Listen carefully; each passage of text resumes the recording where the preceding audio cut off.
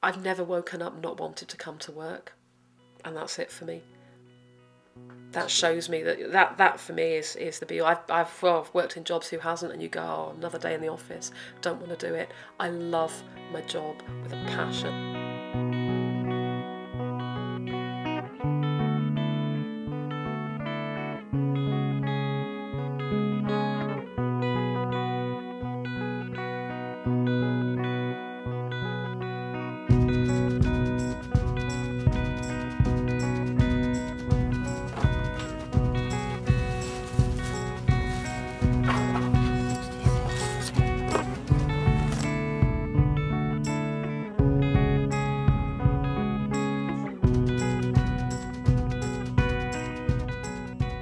Startup Glasgow doesn't do anything that's particularly glamorous or complicated. We take in donated household items, things that people are potentially going to throw out, end of business stock, things that hotels are replacing because of change of range or change of regime, and we redistribute them to people who have been homeless and are taking up new permanent tenancies. Our aims are clear. We're there to alleviate poverty at a time of crisis. We're there to reduce stress and anxiety at a time of transition. We have a clear environmental objective, which is to reduce the amount of reusable household goods going to landfill. And we're also slightly new agey. We're here to remind people that members of their community very much care about what's happening to them. Many years ago, I think Startup Packs was a very worthwhile little sort of charitable organisation. It was very mainly supported by churches in the Greater Glasgow area. Now I think it is a much more professional, it's a much more business-like type of organisation. Startup Glasgow has been going for 10 years. I arrived 6 years ago, and in the last 6 years we've seen a growth in capacity of about 580%.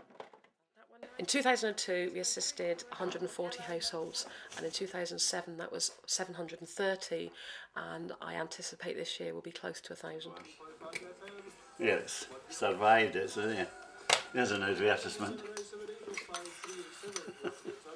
Each month we have more and more packs going out, and each year there's more and more going out as well, so there's a kind of increasing demand, unfortunately, in a way, and we're getting more and more people with absolutely nothing, really nothing, and this would be the first stuff they would get. But I think the poor-rich divide seems to be getting bigger as well.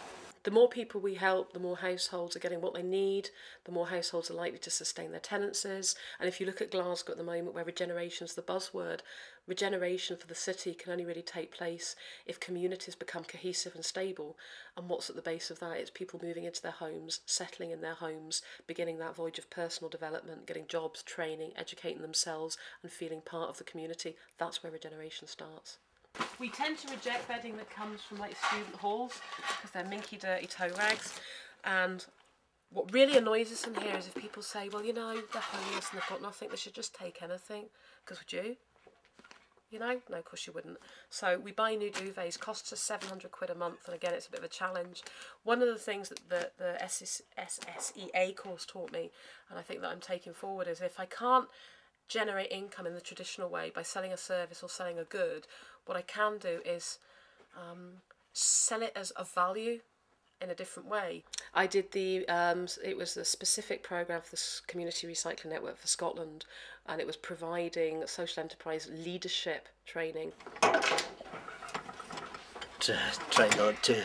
I can't remember the last time I broke anything. My views on social enterprise were famous at the time because I think I was extremely concerned that the government and policy sort of float towards social enterprise was about, we'll get rid of grants, it'll save us money, and we'll make people generate their own income, and it'll save us money. And I really did believe it was kind of like Thatcherism by the back door. Scales, or I think all women should be allergic to them.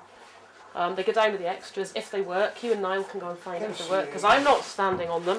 The tutors were great. They were very informal, and certainly coped with my ebullient nature very well. According to me, I'm 11 stone 12, and that's about right, I think. Is it? Well, don't bring them near me. I only want ones that say 8 stone 2. But I think what was great was that it allowed me to learn from other people's experiences.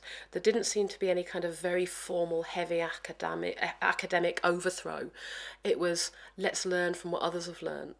and it was put in the context of my sector and very much in the context of achieving social impact.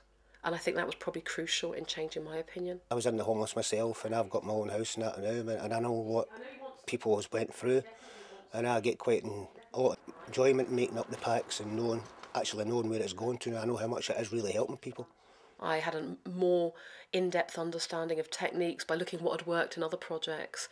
And I think, in a way, it almost freed me, because I understood that business is not necessarily the filthy, pestilent, corporate-laden word I thought it was. So I've been able to kind of take a far more professional and business-like approach without any mantle of shame around my neck that it somehow diminishes my social credentials. And I think, I think I've been able to achieve an awful lot because of that. We have never ever turned anybody away. We've never said no, we can't manage. We have always, done the business. It's the practical applications that I was interested in. It's the practical applications that have benefited me, and I think that because of what I do, that's great. All the theory in the world isn't going to make starter packs win an award. We won an award at the national organisation, the Furniture Reuse Network, which of course is not just about furniture, it's about reuse in the whole of the domestic sector.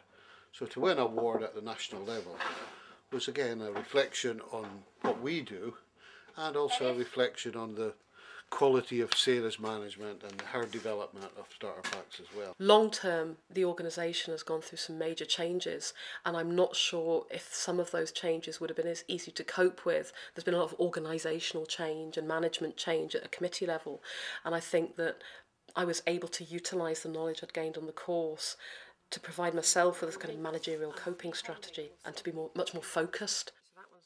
I understand a little bit more about what social enterprise is. I understand how it can help my organisation, and I understand that being businesslike and professional actually opens doors. And I'm going to open those doors, and I'm going to keep going along a corridor and opening more and opening more and opening more. It's kind of a standing joke that course totally radicalised my thinking. People who know me, I think, were very well aware of what an enormous change it's made on my ability to go forward. So yeah, for me, if I hadn't have done that course, I wouldn't be leading the organisation in the way that I am now.